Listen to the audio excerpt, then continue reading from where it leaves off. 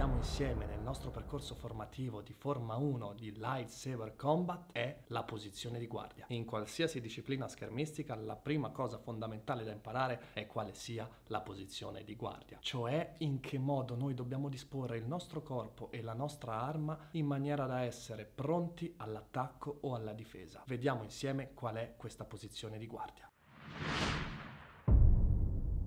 Innanzitutto, i nostri piedi devono stare alla larghezza delle spalle. Poi, uno dei due piedi, scegli tu quale, lo fai arretrare di un passo.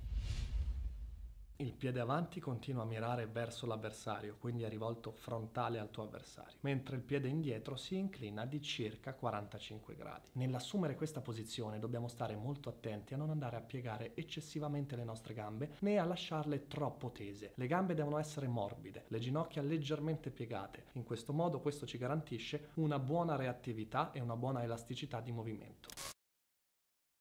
E ora finalmente impugniamo la nostra spada laser. La mano dominante afferra l'elsa nella parte dell'emettitore, quindi la parte superiore dell'elsa. Attenzione, questa presa deve essere fatta a pistola, nel senso che non stiamo impugnando la spada a martello, ma siamo pronti a fare degli eventuali movimenti di polso, ok? Con l'impugnatura a pistola questo è possibile, con l'impugnatura a martello è molto più complicato. Prova. L'altra mano, quella non dominante, va sotto, non attaccata alla mano superiore, lasciamo un pochino di spazio e andiamo a posizionare l'altra mano nella parte inferiore dell'elsa.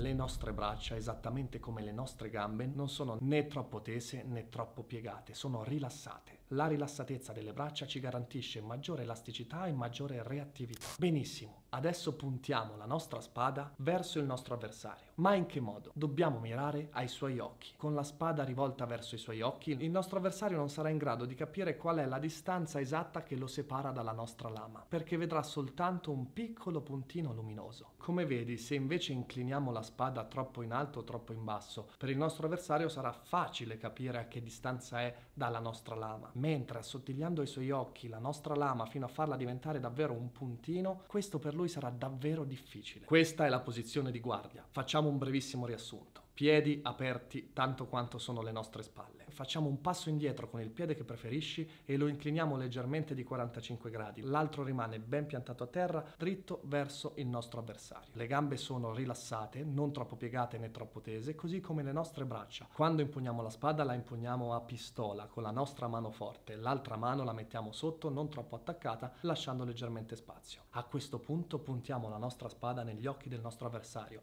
cercando di fargli vedere soltanto un piccolo puntino luminoso. Facendo questo breve riassunto ti sarai accorto anche da solo che le variabili della posizione dei nostri piedi sono due, mentre la variabile della posizione della nostra lama è una sola. La nostra lama sta negli occhi del nostro avversario, mentre i nostri piedi possono essere configurati in questo modo, o il piede sinistro avanti o il piede destro avanti. Quindi si parla di guardia di lama, che è una, e guardia di piedi, che sono due possibili. Nello specifico, guardia di piedi sinistra e guardia di piedi destra, a seconda di quale sia il piede che porto avanti. Questo è tutto quello che devi sapere riguardo alla posizione di guardia della Forma 1 di combattimento con le spade laser. Adesso siamo pronti per capire come effettivamente ci possiamo spostare nello spazio a partire proprio da questa posizione che, come ti sarai accorto, è veramente molto stabile. La stabilità infatti è proprio uno dei principi della Forma 1.